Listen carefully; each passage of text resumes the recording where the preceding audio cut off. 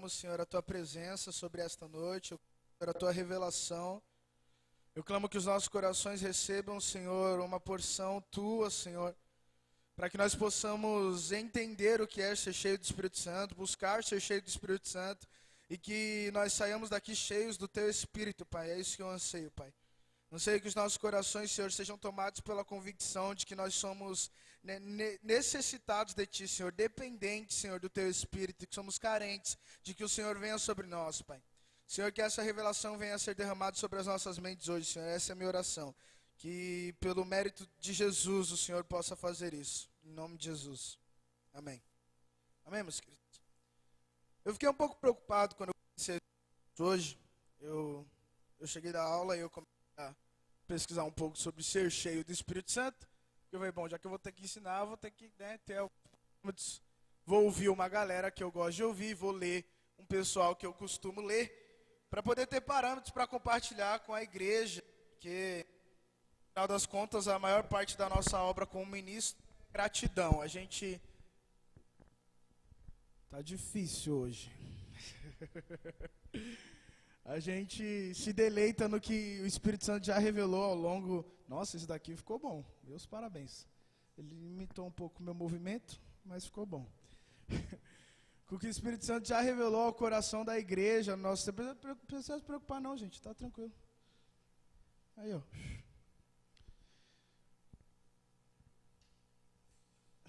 Vai limitar um pouquinho mais o movimento, amigo. Eu gosto de... Você quer que eu use? Não, eu prefiro segurar. Obrigado. Muito gentil da sua parte, viu? Que nunca falte pedestal na sua casa. Pessoa simpática, né? Como eu dizia, a maior parte da obra do ministro é gratidão.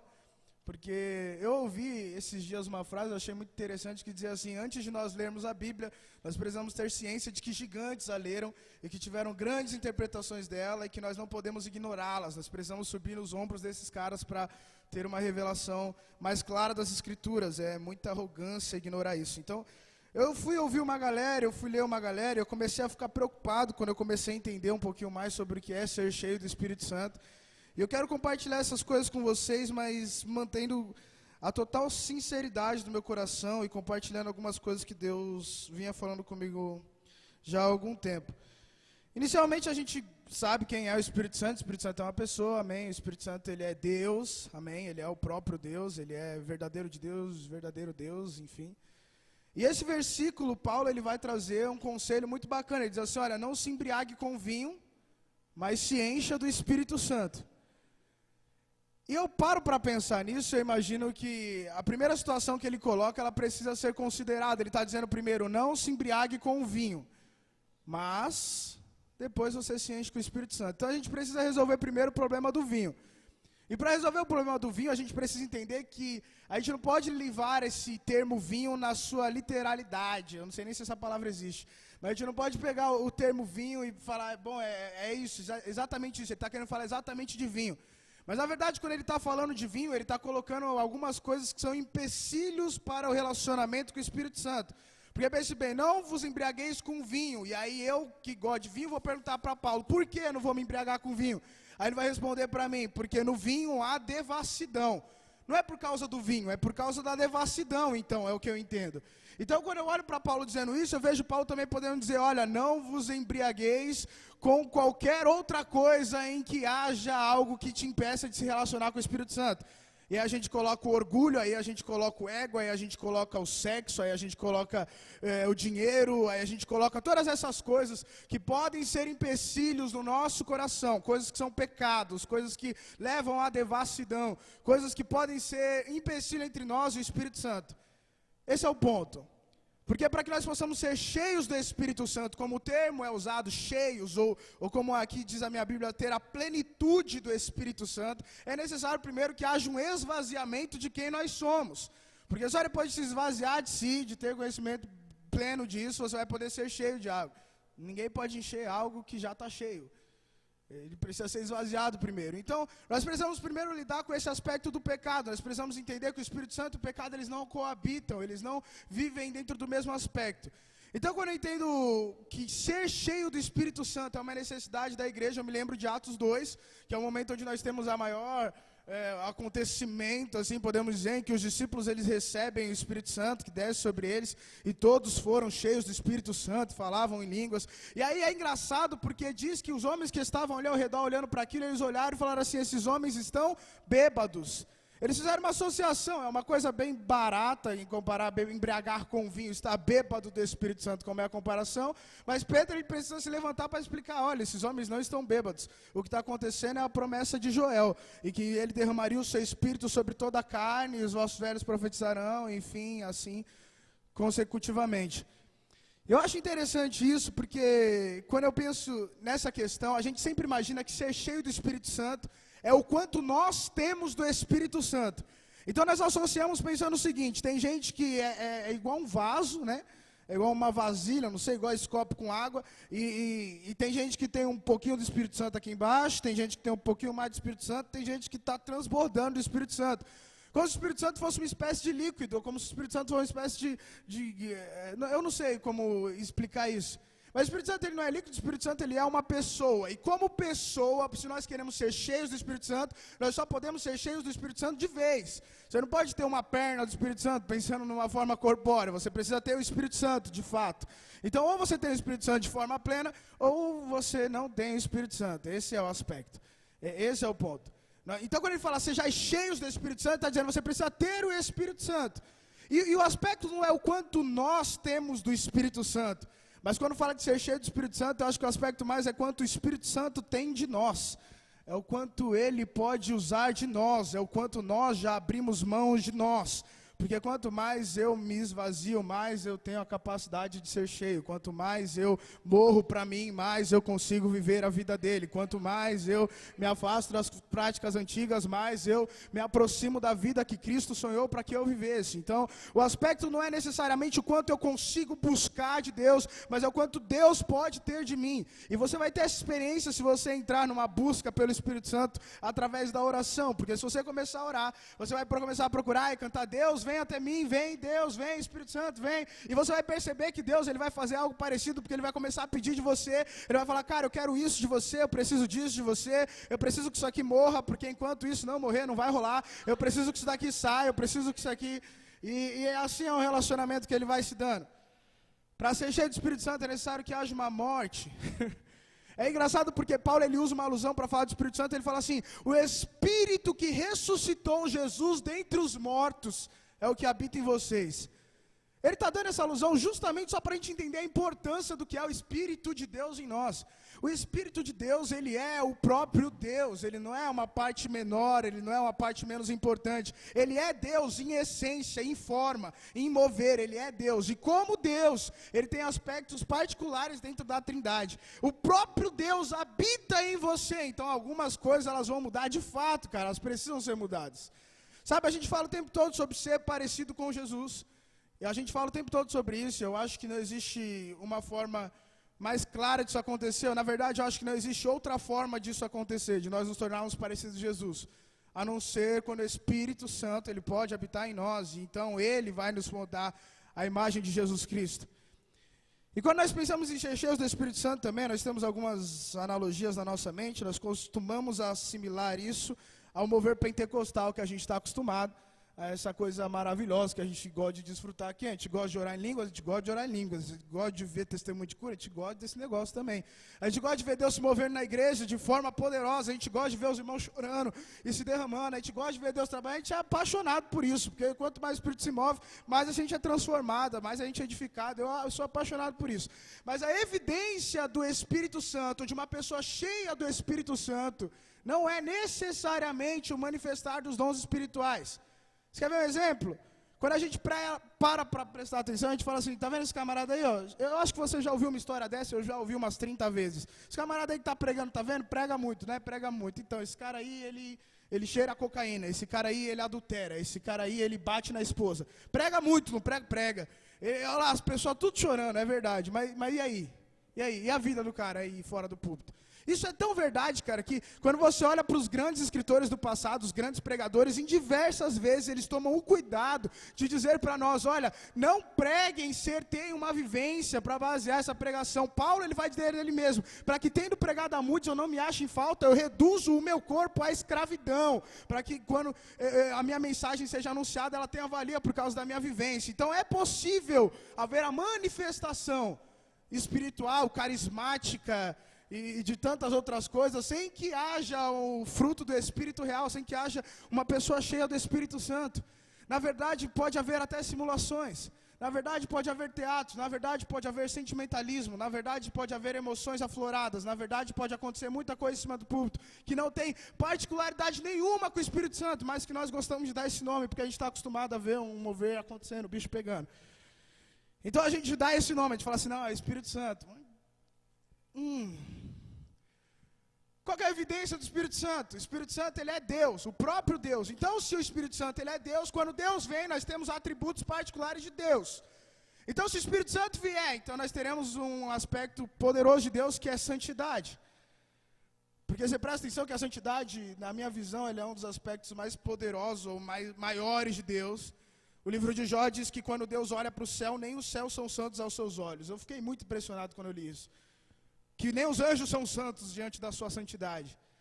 Você para pensar nisso. Os anjos estão ao redor de Jó, eles podem... Olha, que brisa. Os anjos estão ao redor de Deus, e eles podem dizer qualquer coisa sobre Deus. Eles podem dizer, ele é onipotente, onipotente, onipotente. Ele é onipresente, onipresente, onipresente.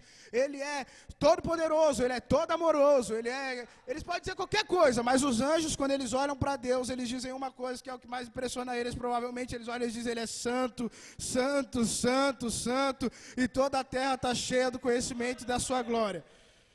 Eles olham para Deus e eles veem santidade, reflete santidade quando eles olham para Deus. Então, quando o Espírito Santo, quando nós estamos cheios do Espírito Santo, nós teremos um viver santo. Olha que coisa impressionante.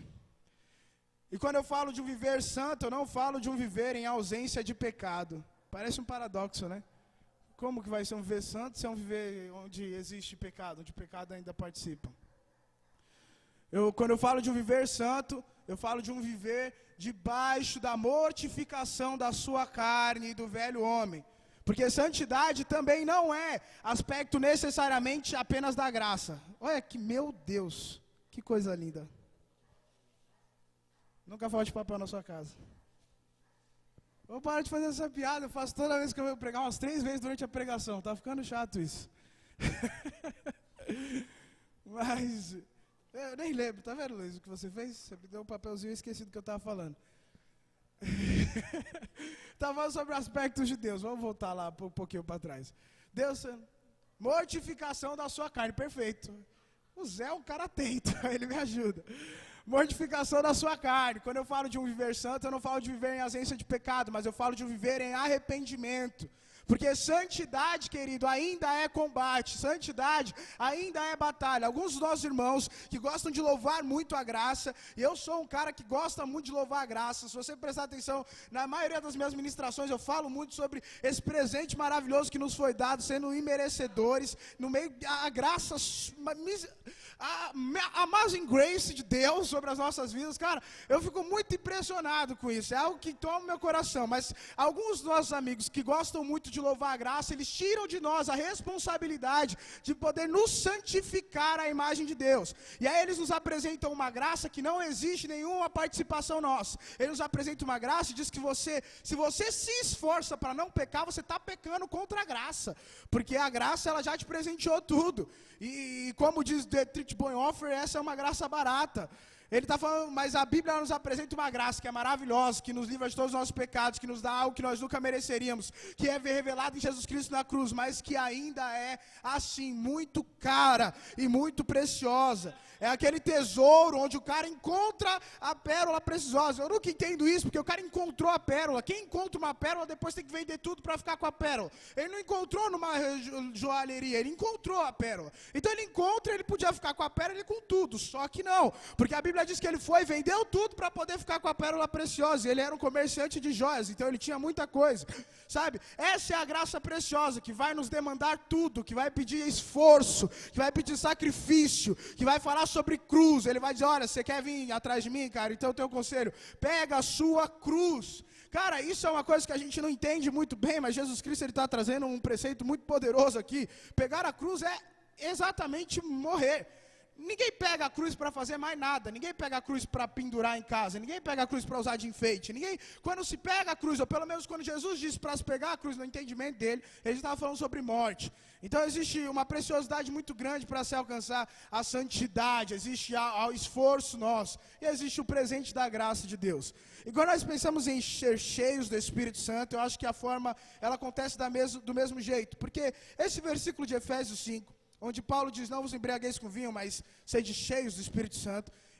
Essa frase, sede cheios do Espírito Santo, ou enchei-vos do Espírito Santo, ele na verdade, no original, ele está dizendo assim, sejam sempre cheios do Espírito Santo, sejam cheios cotidianamente do Espírito Santo. Ele não está falando de um momento apenas, em que o Espírito Santo desce, você é cheio, e você está cheio pro resto da vida. Você não precisa mais se preocupar com esse negócio chato de oração, com esse negócio chato de buscar Deus, de jejum, essas coisas que demandam seu tempo, que, sabe, não precisa, porque você já foi cheio uma vez. Não é isso que ele está dizendo. Ele está falando de ser cheio rotineiramente, cotidianamente, ser cheio hoje e voltar a ser cheio amanhã, e ser cheio de novo depois de amanhã, e ser cheio de manhã, e ser cheio à tarde, e ser cheio à noite também, e ser cheio do Espírito Santo o tempo todo. Mas não porque você foi cheio uma vez, você precisa negligenciar isso, mas porque você é cheio, então você precisa permanecer cheio do Espírito Santo. E é talvez por isso você perceba algumas oscilações na sua vida. Porque se eu pergunto para você aqui, quem pelo menos tem o Espírito Santo, quem acredita que tem o Espírito Santo, a maioria de vocês vão dizer que sim, eu espero que todos. Vão dizer que tem o Espírito Santo, que o Espírito Santo age na sua vida, que você se relaciona com ele. Eu espero que todos. Mas se você pensa por esse lado, em que o Espírito Santo age na sua vida, que você se relaciona com ele, você para pensar que você precisa se encher do Espírito Santo todo dia, talvez o Espírito Santo ele não seja tão presente. E você quer uma evidência maior? É quando você começa a ver o seu relacionamento com as pessoas, com as coisas e com a obra de Deus. Porque existe algo que vai se evidenciar em um homem cheio do Espírito Santo de Deus. Além da santidade, é a misericórdia, porque Deus ele é misericordioso, sabe? É a compaixão. O que vai se manifestar é o perdão. O que vai se manifestar na vida de um crente cheio do Espírito Santo é o fruto do Espírito Santo, que é amor, longanimidade, bondade, mansidão, temperança, que são todos relacionados ao amor, que é a magnificência, é o centro de tudo o que é ministrado. Quando Jesus Cristo diz, os meus discípulos serão reconhecidos pelo amor, ele está dizendo algo muito importante, ele está dizendo, olha, o meu espírito é um espírito de amor, ele vai gerar isso em você. Então, cara, começa a prestar atenção. O Leandro estava compartilhando algo com a gente nas quarta-feiras de discipulado lá em casa. Ele contou algo interessante. Eu posso contar, Leandro? Posso compartilhar aqui essa experiência? Eu vou compartilhar então. Ele contou algo interessante. Ele disse que... o Luiz quer fazer uma piada. Ele compartilhou o seguinte, ele compartilhou que, ultimamente, nos últimos dias, ele tem percebido que o Espírito Santo tem levado ele a tomar algumas atitudes dentro do transporte público. Ele está lá, sentadinho no transporte público dele, e aí chega alguma pessoa e, por exemplo, um rapaz com sua namorada, e o rapaz senta, não, e a moça senta, e o rapaz fica em pé e fala assim, poxa, cara, senta aqui do lado dela, fica à vontade aí, pode sentar. Não existe nenhuma necessidade para esse cara sentar, sabe? Ele não é um deficiente, não existe nada acontecendo ali, mas eu vou, pô, cara, senta aí do lado dela, fica tranquilo aí, ó. Pode sentar. Ele disse que ele está andando lá no ônibus, a pessoa está aqui com a bolsa aqui pesada, está difícil de carregar, e fala assim, ô moço, deixa eu carregar a sua bolsa aqui dentro do ônibus. E ele pega a bolsa da pessoa e ele carrega dentro do ônibus, olha que coisa fantástica. E ele disse que certo dia ele entrou assim dentro do metrô, e aí o Espírito Santo falou para ele, você não vai sentar mais. Eu vou dizer, não vou sentar mais, sabe? Está vazio o negócio aqui, não vou sentar mais. E aí ele disse que ficou se perguntando, eu estou tentando ser fiel ao seu testemunho, cara, se eu falar besteira, você levanta a mão. Ele disse o seguinte, que ele ficou pensando naquilo que Deus falou com ele, não vou sentar mais, por que eu não vou sentar mais?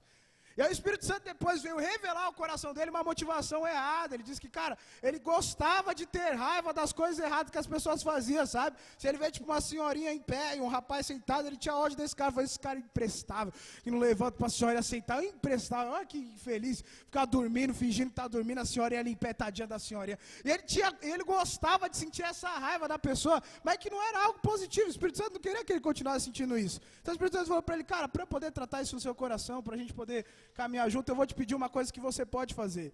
Eu não estou te pedindo renúncia de pecado, porque pecado você sabe que não pode fazer. Eu estou te pedindo renúncia de algo que você pode fazer. Eu estou pedindo para você não sentar mais no transporte público. Beleza? Pelo menos por agora. Não sei se foi algo definitivo. Ele que sabe ali, tadinho. Mas não vamos sentar mais no transporte público, beleza? Mas por que eu não vou sentar mais no transporte público? Porque eu quero tratar o seu coração. O problema não está nas pessoas, o problema está em você. Tem algo no seu coração que precisa ser moldado. Eu quero acessar isso através dessa ordenança. A gente falou de obediência um tempo atrás aqui. Quando eu falo de obediência, eu falo de amor, cara. Só obedece uma ordenança dessa quem ama.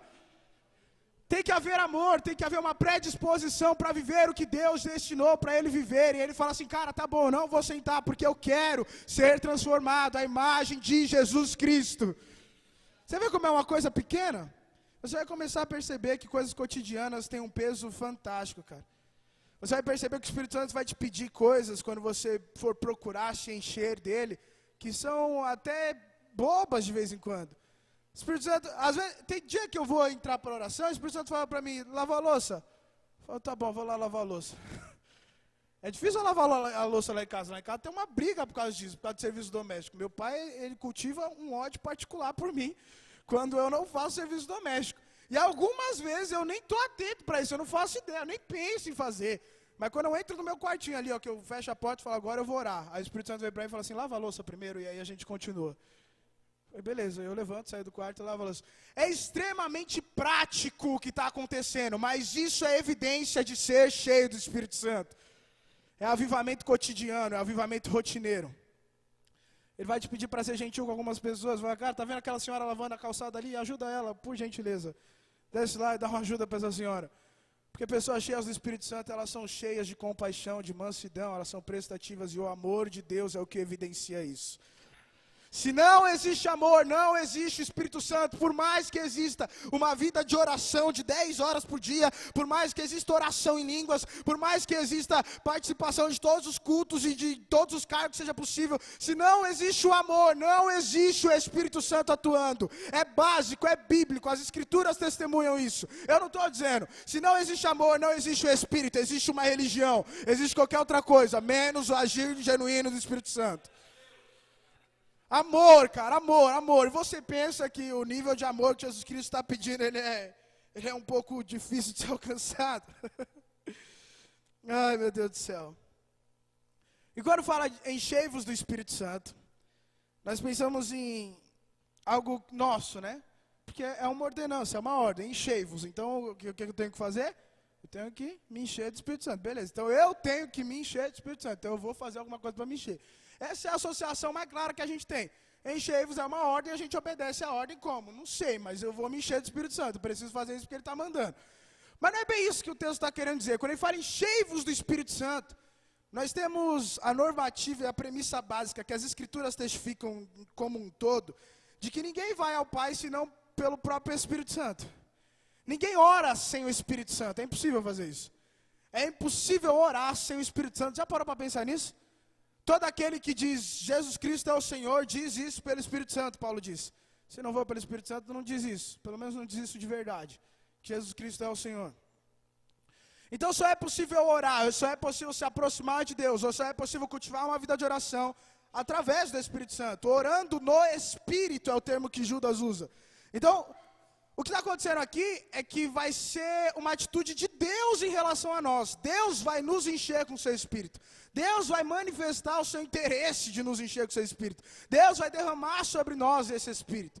Mas mais bacana é que essa promessa foi liberada faz um tempão. Foi lá no Antigo Testamento. Ele disse, olha, nos últimos dias há de ser que eu derramarei do meu Espírito sobre quem? Sobre os mais bonitos, sobre os mais legais, sobre os que pregam, sobre toda a carne. E vossos velhos terão sonhos e assim sucessivamente. Então, quando essa promessa é liberada, ele está dizendo, olha, o meu interesse é encher vocês tudo do Espírito Santo e fazer com que vocês vivam uma plenitude de relacionamento comigo. E aí, então, vem uma participação nossa, porque esperar ser cheio do Espírito Santo não é uma espera apática. Na verdade, a maioria das vezes que a Bíblia fala sobre esperar, ele não está falando de você simplesmente sentar e ficar parado. Quando se fala de espera, se fala de uma espera em movimento na Bíblia. Eu estou aprendendo isso daí, cara. Porque quando você vê Jesus falando assim, olha, eu vou voltar, hein? Espera que eu vou voltar daqui a pouco. Vou para o Pai, mas daqui a pouco eu volto. Espera. A espera de Jesus não é sentar e falar, beleza, daqui a pouco Jesus vem, hein? Vamos aí, sentadinho aqui, daqui a pouco ele chega aí. Vamos esperar. Não, me espera frenética, irmão. A gente está esperando, mas estamos trabalhando. O negócio é ir partir para cima. Tem coisa para fazer, vamos para cima. E a gente vai esperando e fazendo um monte de coisa. É a mesma coisa nessa situação. A gente espera o Espírito vir em direção a nós. Mas como é que a gente faz isso? A gente se coloca no raio de influência da graça. A gente se coloca no raio de influência da graça como? Entrando no lugar secreto para se relacionar com Ele. Ali é o lugar onde Ele pode nos encher do Espírito Santo. Então nós entramos no lugar secreto, nós fechamos a porta e falamos, Espírito Santo, eu sei que só pode acontecer alguma coisa aqui se você quiser fazer. Mas eu já estou esperando, tá legal? A minha parte eu fiz aqui, ó. Agora fica à vontade, Espírito Santo. Eu estou disposto a receber isso que você tem para derramar sobre mim. Eu estou disposto a ser cheio do Espírito Santo. Você pergunta para mim, como ser cheio do Espírito Santo? Fala com ele, cara. Ele é especialista nesse negócio aí de encher as pessoas.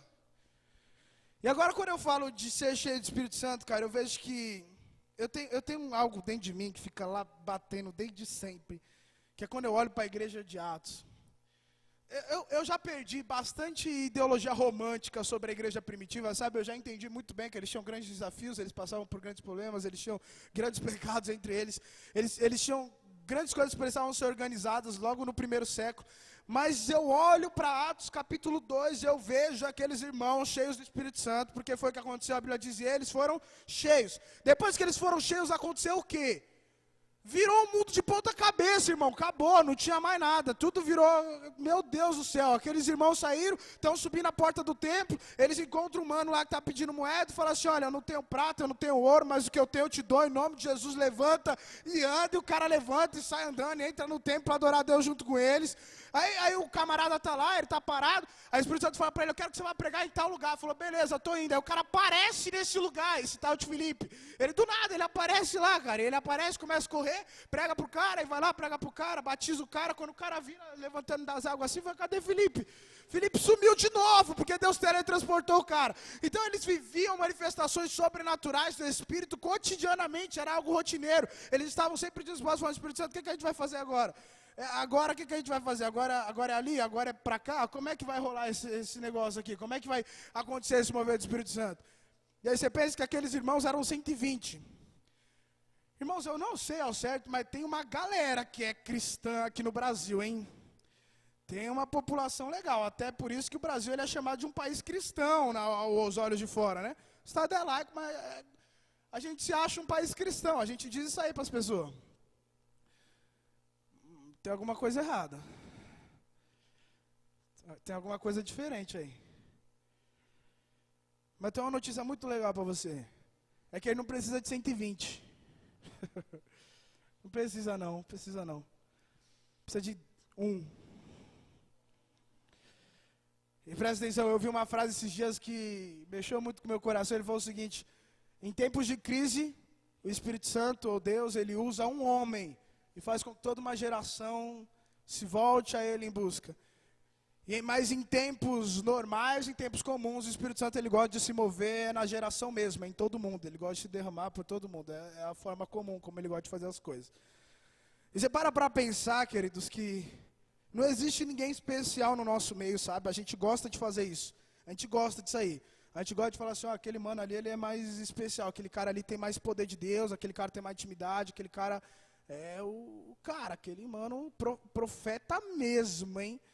Não, irmão, não tem gente mais especial do que a gente. O mesmo nível, assim, o ponto de partida, vamos pensar o seguinte, ponto de partida onde todo mundo parte é o mesmo. Pecadores, em Romanos 3, depravação completa, pessoas completamente distantes de Deus, que por causa de Jesus Cristo agora têm acesso ao Pai e podem se relacionar com Ele. Esse é o ponto de partida de todo mundo. Alguns eles buscam desenvolver mais esse relacionamento, mas não existe nada especial nesses caras, eles só buscaram desenvolver mais o relacionamento.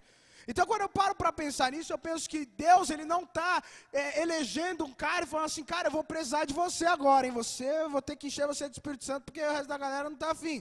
Eu olho que Deus, Ele ora para a sua igreja, para os seus filhos, para a sua noiva amada, e o anseio do coração dEle é que todo o corpo dEle seja cheio da plenitude do seu Espírito, para viver a plenitude dos céus aqui na terra, para viver a plenitude do que Ele vive lá aqui, para fazer manifesto o reino dEle entre as pessoas. Então, para que isso aconteça, é necessário que haja toda a igreja um coração de busca pelo Espírito Santo, de paixão por Ele.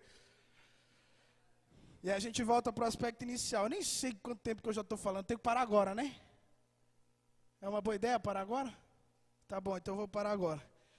A gente volta para o aspecto primeiro, que a gente fala aqui do não vos embriagueis com vinho. E a gente tem a interpretação de que ele não está falando só de vinho. Ele está falando de fornicação, ele está falando de concupiscência dos olhos. Ele está falando de ego, ele está falando de coração ruim mesmo. Gente ruim, que odeia os outros, que não perdoa. Ele está falando da gente. Que eu não sei qual é o seu, mas eu tenho uma coleção. E eu preciso estar no raio de influência da graça de Deus para que continuamente eu seja cheio do Espírito Santo. Então, o que eu queria terminar hoje dizendo era que eu tive um entendimento essa semana que tocou meu coração de uma forma muito particular. A gente tem aquela ideia de falar assim, aquele ser humano está em pecado. Então, se aquele cara está em pecado, ele está completamente distante de Deus. A gente tem esse pensamento, a gente fala isso de vez em quando. Falar, fulano está em pecado, olha lá, fulano está em pecado. E quando a gente desenvolve esse relacionamento, esse pensamento, a gente tem um problema, porque, em termos gerais, todo mundo está em pecado. E aí eu olho para o Antigo Testamento e eu vejo que quem pode entrar no Santo dos Santos para poder fazer sacrifício a Deus? Sacerdote, ou sumo sacerdote. Pode entrar lá e fazer um sacrifício a Deus pelo povo. Mas só o sumo sacerdote pode entrar lá por causa da casta, por causa do título sacerdote? Não. Sabe por quê? Porque ele entrava amarrado com o sininho na cinta. E se o cara entrasse lá em pecado, o sininho ia parar de bater, os negros iam puxar ele para fora, e aquele ano não tem perdão. Aquele ano Deus não perdoou ninguém, porque o cara entrou lá em pecado. Então o que fazia o cara aceitável no Santo dos Santos, não era o título de sacerdote, era a vida em santidade que o cara levava diante de Deus. Então a santidade, então apenas quem vivia em santidade podia se aproximar de Deus. Quando Jesus morre, e ele rasga o véu, ele está dizendo mais do que os sacerdotes podem entrar. Ele está dizendo algo além disso. Ele está dizendo, os pecadores são bem-vindos na minha presença agora. Você percebe o quanto isso é bom, cara? Você percebe que presente maravilhoso é esse? Ele não está apenas separando a casa e falando assim, olha, agora, antes era só sacerdote, agora pode entrar todo mundo. Não, ele está dizendo, antes era só aqueles que viviam em santificação plena o tempo todo. Agora todo mundo, porque só pode se alcançar a santificação plena por mim, através da oração. Só assim é possível alcançar. Então ele rasga o véu e ele fala, os pecadores são bem-vindos na minha presença. Então se eu olho para mim, ou se eu olho para o irmão e falo assim, fulano está em pecado, ou eu estou em pecado, então o meu primeiro pensamento é, eu preciso orar em pecado. Porque quando eu oro em pecado, eu me coloco no raio de influência da graça de Deus, e quando eu estou lá, Ele pode gerar arrependimento no meu coração. E quando eu me arrependo, eu deixo meu coração livre para finalmente ser cheio do Espírito Santo de Deus e viver a plenitude do que Ele tem para mim. O problema é que a gente se relaciona com o pecado de uma forma que a gente exclui a cruz, a gente tira o poder da cruz, a gente olha para o pecado e fala, pô, pequei, agora já era, velho. Tava indo tão bem, tava fluindo aqui, ó, caminhando, tudo certinho, aí fui lá e pequei, já era, agora não tem mais como. Mas o poder da cruz, ele não é momentâneo, querido. Na verdade, Deus, ele nem vai perdoar os seus pecados, ele já perdoou os seus pecados. A gente só precisa acessar esse perdão através do arrependimento. Ele já perdoou, cara. Então, eu queria terminar hoje falando sobre ser cheio do Espírito Santo, lidando com o tema do pecado. Porque eu acho que a vida plena no Espírito Santo é uma vida plena em santidade e em amor. E uma vida sem o Espírito Santo é uma vida promíscua e distante do que Deus tem para nós. Só que quem está nessa vida promíscua, distante do que Deus projetou, ele tem o livre acesso a essa nova vida, a esse novo viver, a esse novo homem, através de Jesus Cristo que está aqui no meio. Você viu como ficou legal a passagem? Através de Jesus Cristo que fez um sacrifício maravilhoso na cruz, completamente satisfatório e nos faz ter acesso a Deus para que possamos ser transformados de glória em glória. Então, que hoje seu coração ele arda por isso, querido. Que ele arda por ser cheio do Espírito Santo, para ver a plenitude do que o Espírito Santo sonhou para que você vivesse. Você mesmo, é você, não é eu, nem o Luiz, nem ninguém mais especial que você tem na sua cabeça, nem o Zé, nem ninguém, nem o Guilherme, que é mais bonito.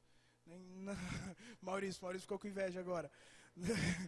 Não é isso, é você mesmo, querido, é você. Que o Espírito Santo quer encher e iniciar algo poderoso na sua vida. Então coloque-se nesse raio de influência onde ele poderá te encher e te pedir para mudar coisas. Ele vai te pedir para mudar coisas grandes, ele vai te pedir para mudar coisas pequenas. A obediência vai gerar mais amor e você vai ver a plenitude do que ele tem para a sua vida. Amém? Feche seus olhos, curva a sua cabeça, vamos orar um minutinho comigo para que o Espírito Santo cele essas palavras em nós, para que a gente consiga viver tudo isso que foi compartilhado, para que ele me ajude a ver isso também. Em nome de Jesus. Pai, eu te agradeço por essa noite. Te agradeço porque o Senhor trouxe a revelação da Tua palavra e o Senhor nos mostrou o anseio do Teu coração de tornar a Tua igreja mais vívida, mais militante, mais poderosa, mais cheia do Teu Espírito. E nós ansiamos por isso, Pai, nós queremos viver isso de verdade, Senhor. Olha os nossos corações, as nossas limitações, os nossos medos e os nossos pecados, Pai. E tem liberdade de se relacionar com isso, como o Senhor tem costume de fazer, Pai, através do Teu olhar de misericórdia e de graça. Porque assim nós viveremos a plenitude do Teu Espírito. É tudo que o nosso coração anseia, Senhor, viver a plenitude do que o Senhor tem para nós. Permita-nos isso, Pai, permita-nos. Permita a igreja do Jardim Guarani a viver isso, Espírito Santo, a experimentar a plenitude do Senhor. Tanto em um viver cheio de amor, quanto em um viver manifestando os dons sobrenaturais do Senhor. Em nome de Jesus, Pai, essa é a minha oração. Muito obrigado por hoje, que o Senhor nos ajude a nos tornar mais parecidos contigo, Senhor.